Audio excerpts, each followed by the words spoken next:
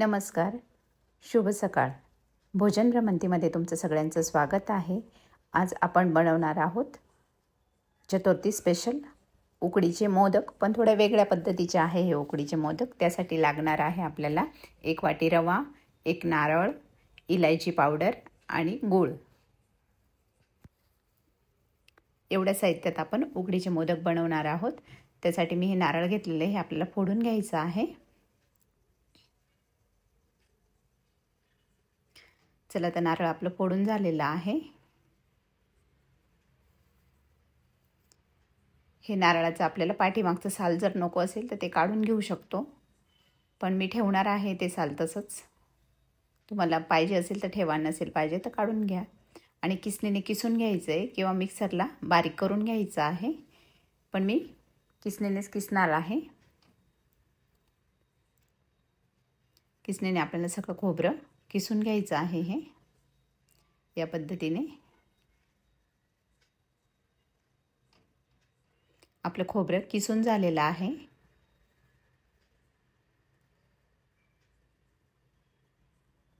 सारण बनवण्यासाठी मी एक कढई घेतलेली आहे. ती गरम करायला ठेवायची आहे आपल्याला. त्यामध्ये 1 चमच तूप टाकून घेतलेला आहे मी.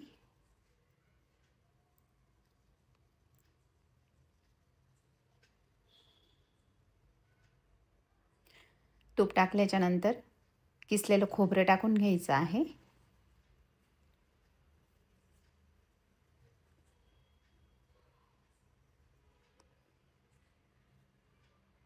खोबरं थोडंसं परतून घ्यायचं आहे आपल्याला, म्हणजे त्याच्यातला ओलावा थोडा कमी होऊन जाईल.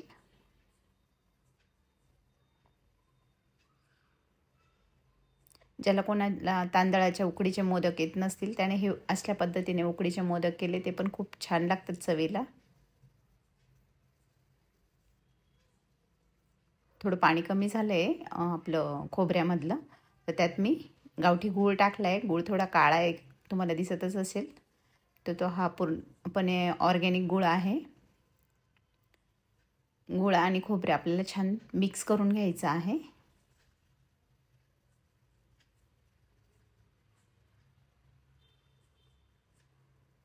एकजीव होईपर्यंत मिक्स करायचं आहे हे.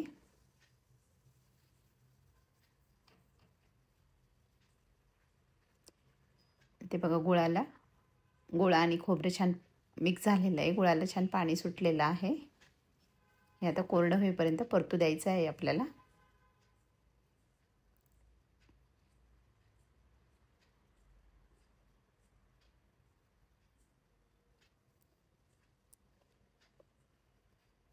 छान आपलं मिश्रण तयार झालेलं आहे.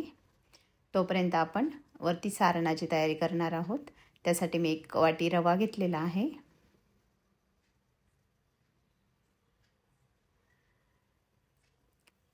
रव्यामध्ये आपल्याला चवीप्रमाणे मीठ टाकून घ्यायचं आहे आणि 2 चमच तूप टाकून घ्यायचं आहे त्यात, म्हणजे चव छान लागते त्याची.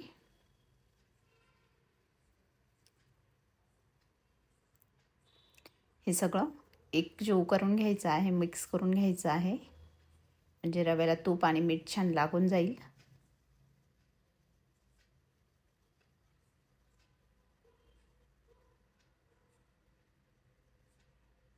आणि पाणी घालून पीठ भिजवून घ्यायचं आहे आपल्याला. हे उकडीचे मोदक पण खूप सुंदर लागतात चवीला आणि पटकन बनणारी रेसिपी आहे ही. उकड वगैरे काढायची गरज नाही आहे याला.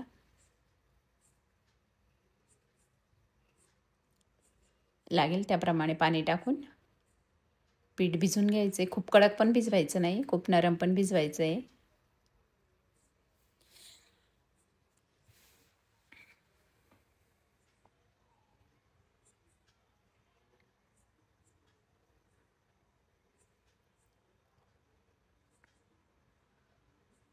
जसे आपण कणिक भिजवतो ना, त्या पद्धतीने आपल्याला हे पीठ भिजवून घ्यायचं आहे. बघा किती छान गोळा झालेला आहे. हे आता अर्धा तास असं मुरू द्यायचं आहे आपल्याला.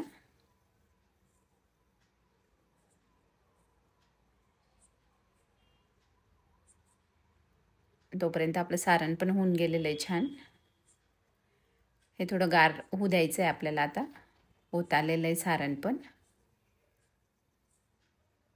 गार झाल्यावरती कोरडं पण होईल हे.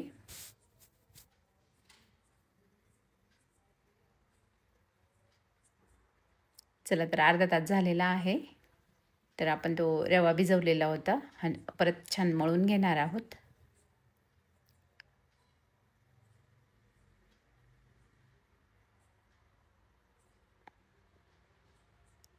आणि याचे छोटे छोटे गोळे तयार करून घ्यायचे आपल्याला पारी लाटण्यासाठी.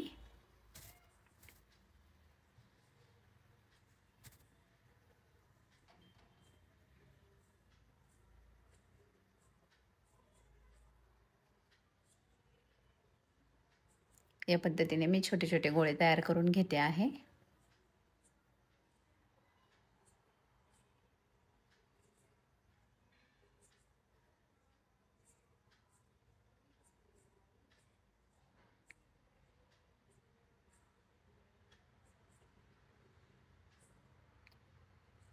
तेवढं एक वाटी रव्यामध्ये 15 ते 16 मोदक होतात बरोबर.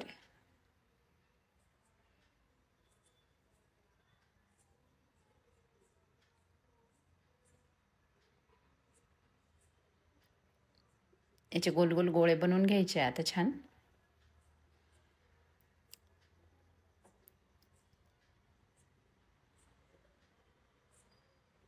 छान मळून घेतल्याच्या नंतर मग तडे वगैरे पडत नाही याला.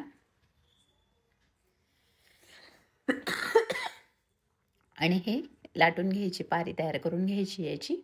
खूप जाड पण नाही आणि खूप बारीक पण नाही. छान मीडियम साईजची पारी तयार करून घ्यायची आहे.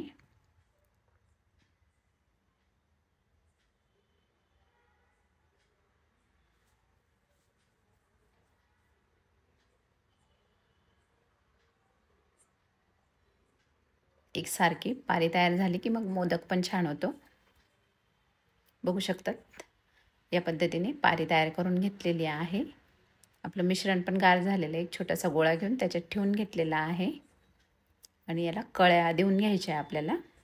जसं आपण उकडीच्या मोदकाला देतो ना, तसंच. पण हे सोपं जातं करायला. उकडीचं मोदक थोडंसं म्हणजे असं थोडं हार्ड वाटतं करायला. हे सोपं जातं. छानपैकी कळ्या पडलेल्या आहेत.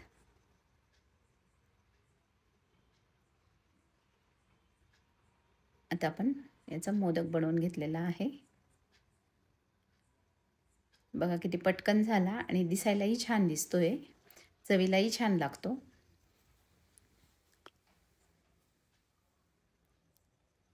याच पद्धतीने मी दुसरा मोदक पण तयार करून घेणार आहे.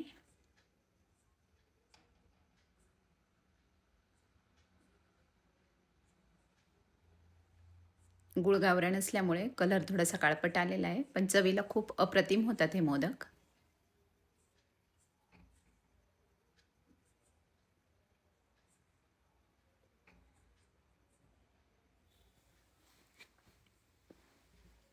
बघू शकतात कळ्या पाडायला पण काही खूप त्रास होत नाही.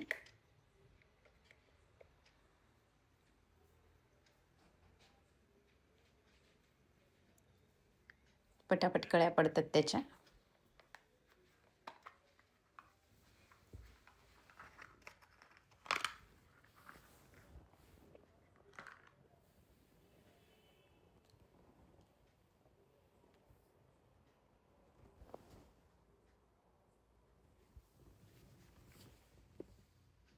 बघू शकतात किती छान मोदक झालेले आहेत. याच पद्धतीने आपल्याला आता बाकीचे मोदक पण बनवून घ्यायचे आहेत.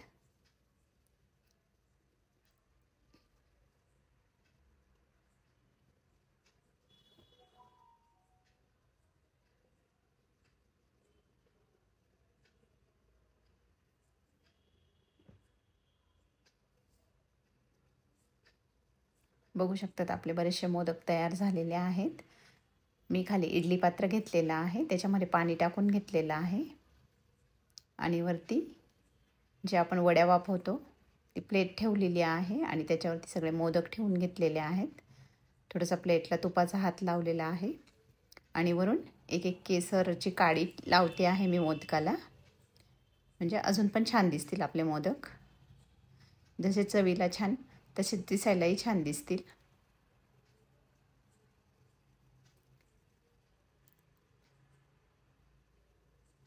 आणि हे 10 मिनिटासाठी आपल्याला स्टीम देऊन घ्यायची आहे. आता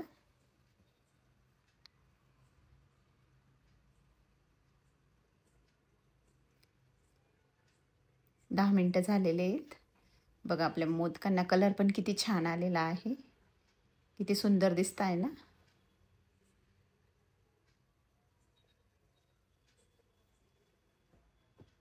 अप्रतिम दिसतात. आणि गरम गरम जर तूप टाकून खाल्लं तर मग विचारायचंच नाही.